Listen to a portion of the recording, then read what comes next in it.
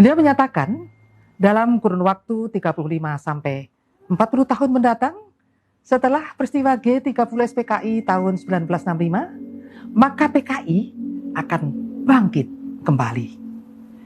Jenderal Sarwoedi mengukakan bahwa caranya dilakukan PKI dengan jalan penyusupan di segala bidang melalui pemerintahan, partai politik, militer, dan budaya, seperti yang pernah dilakukan PKI sekitar 1950-1965. Kesimpulan itu menurut Pak Sarwoedi berdasarkan dokumen-dokumen yang berhasil disita dan hasil interogasi terhadap anggota PKI yang tertangkap saat operasi-operasi yang dipimpinnya. Ternyata apa yang terjadi? Kini telah muncul komunis gaya baru KGB di sekitar kita.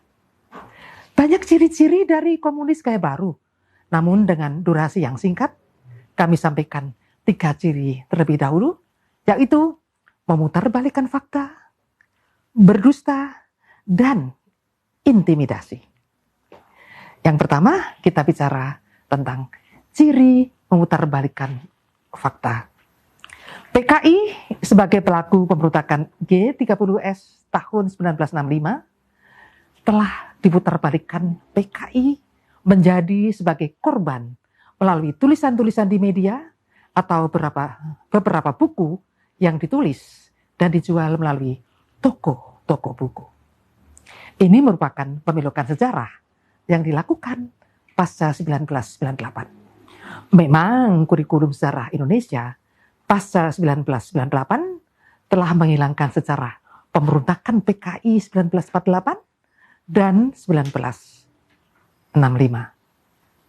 Oleh karena itulah, para pelajar bahkan mahasiswa lebih percaya pada tulisan-tulisan yang mereka peroleh di media ataupun buku-buku yang ditulis oleh simpatisan PKI. Yang kedua, ciri berdusta.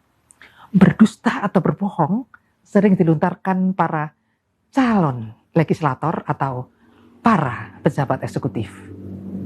Seorang caleg dari partai tertentu berkampanye begini, nanti kalau saya menjadi anggota DPR RI akan mendorong pembebasan uang SPP di sekolah-sekolah. Setelah jadi, boro-boro ya bersuara seperti itu di DPR. Yang penting menang dulu dan bisa duduk sebagai anggota DPR. Masalah janji kan hanya sekedar janji. Kok gampangnya berdusta pada rakyat? Ada lagi seorang pejabat publik yang pada awalnya berbicara bagaimana cara menangkal korupsi di depan para staf dan pegawainya. Ini bahkan diviralkan melalui media sosial. Baru setahun menjabat, ia ditangkap KPK karena korupsi. Nah, ini merupakan kebohongan atau dusta yang nyata. Jadi yang ketiga adalah ciri intimidasi. Banyak cara intimidasi yang dilakukan oknum belakangan ini. Seorang pejabat KPK, Komisi Pemberantasan Korupsi, pulang dari sholat subuh di masjid, disiram matanya dengan air keras. Terlepas siapa pelakunya, ini kan merupakan intimidasi terhadap pejabat yang pernah membongkar korupsi di Indonesia. Ada juga seorang ulama terkenal, kita sebut Syekh Ali Jaber. Beliau beberapa bulan lalu dianiaya dengan menggunakan senjata tajam saat memberikan ceramah di masjid salah satu provinsi Lampung. Setelah pelakunya ditangkap, kok dinyatakan sebagai orang gila? Ada ya? Masa orang gila kok bisa memilih ulama atau kiai untuk dianiaya?